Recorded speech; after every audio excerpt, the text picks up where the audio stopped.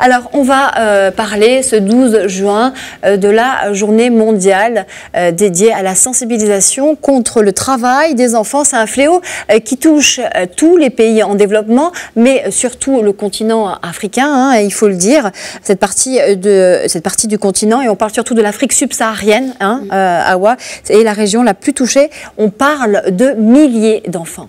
Et c'est triste de le dire, Nadia, mais aujourd'hui encore, l'Afrique est le continent le plus touché par le travail des enfants, avec 41% d'enfants de 5 à 14 ans au travail. Le pourcentage le plus élevé au monde, au Niger par exemple, où les enfants représentent plus de la moitié de la population. Le constat est que cette couche de la société préfère sauter l'étape scolaire pour s'adonner à une activité génératrice de revenus. Notre correspondant Jean-Djibril William s'est intéressé à ces émancipés prématurés qui aujourd'hui représentent la principale main-d'œuvre dans les rues de Niamey. Je vous propose de suivre son reportage. Alors que la plupart de ses camarades prennent le chemin de l'école, Idrissa est occupé ce matin à se faufiler entre les voitures. Cela fait 3 ans que le bonhomme de 13 ans vend ses sachets d'eau le long de la route. Un travail dangereux, mais à son âge, Idrissa doit déjà remplir son rôle de soutien de famille. J'ai un stock de sachets d'eau à vendre tous les jours et je gagne 10 000 francs par mois. Cela me permet d'aider ma famille restée au village. J'ai plusieurs frères et sœurs et mon père ne peut plus travailler aujourd'hui. De toute façon, mes parents n'ont même pas les moyens de m'inscrire à l'école. Familles nombreuses ou encore pauvreté sont les principales causes de cette émancipation professionnelle prématurée. Près de 48% des jeunes âgés de 5 à 14 ans auraient ainsi troqué leur cartable avec un petit boulot. Vous avez des familles de 15 personnes, de 10 personnes. Vous avez aujourd'hui les difficultés économiques que rencontrent les ménages. Les chefs de ménage sont des anciens et donc ils sont obligés de se faire assister par des enfants ou carrément d'être pris en charge par l'enfant. C'est aussi une autre responsabilité sociale de l'enfant. Souvent, ils sont obligés de faire recours au travail des enfants pour survivre. Une émancipation prématurée face à laquelle les autorités reconnaissent leur impuissance. Toutefois, la couche concernée reste fragile et donc à encadrer. Si l'enfant doit travailler, on n'arrive pas à l'empêcher de travailler, mais qu'on encadre, que le travail qu'il exerce là ne soit pas un travail préjudiciable pour sa santé physique, morale et psychologique, et préjudiciable aussi par rapport à sa scolarité. S'il n'y a pas de garantie pour qu'il puisse aller à l'école, il est obligé de se retrouver dans la rue. Et nous, ce qu'on cherche, c'est que les gens prennent leurs responsabilités pour que l'avenir des enfants ne soit pas compromis à cause de cette situation-là.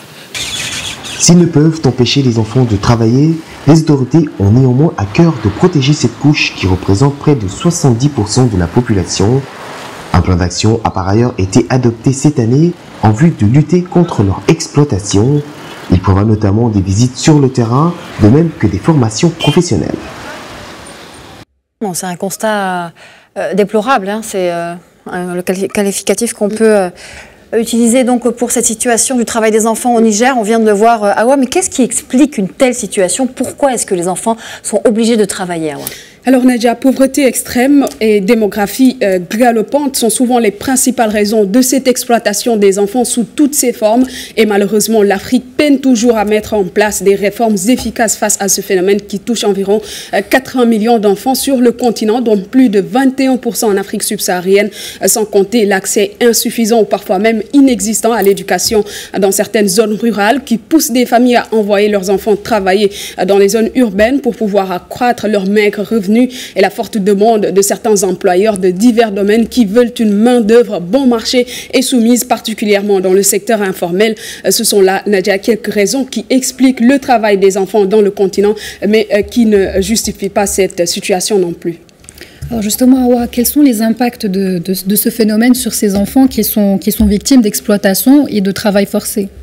Alors Nadia, les impacts sont très nombreux, mais le premier est que les enfants victimes de travail sautent une étape très essentielle de leur vie qui est l'éducation. C'est la scolarité normale. Un enfant déscolarisé est privé de son droit à l'éducation, de sa liberté donc de choisir son avenir, et cela c'est la triste réalité. Cela s'ajoute donc que très souvent ces enfants obligés de travailler sont exposés à de multiples formes de violence sur leur liberté milieu de travail, dans des maltraitances, des violences physiques ou morales, exploitation sexuelle et sans oublier les conséquences de manipulation de substances toxiques ou le fait de porter des charges lourdes qui nuisent à leur développement physique et aussi psychologique.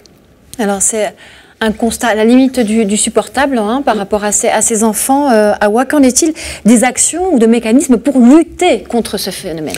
Bon, nous savons tous que depuis toujours et depuis très longtemps, les organisations pour la protection de l'enfance ne cessent de sensibiliser sur ce phénomène du travail des enfants. Des campagnes et même des initiatives soutenues par les autorités étatiques sont souvent mises en place pour lutter contre ce fléau qui est aussi, il faut le dire, une forme de barrière contre le développement économique et social de nos pays.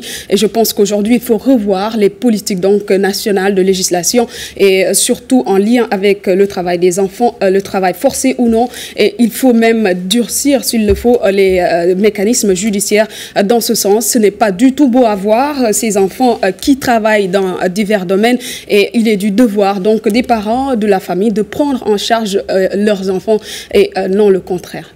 Voilà, une responsabilité collective, donc, Awa, que vous pointez du doigt, responsabilité politique, mais aussi de la famille et des parents, dans des conditions, évidemment, de vue difficiles, on le sait. Donc, on rappelle ce chiffre qui est édifiant, 80 millions d'enfants qui travaillent en Afrique. Merci, Awa.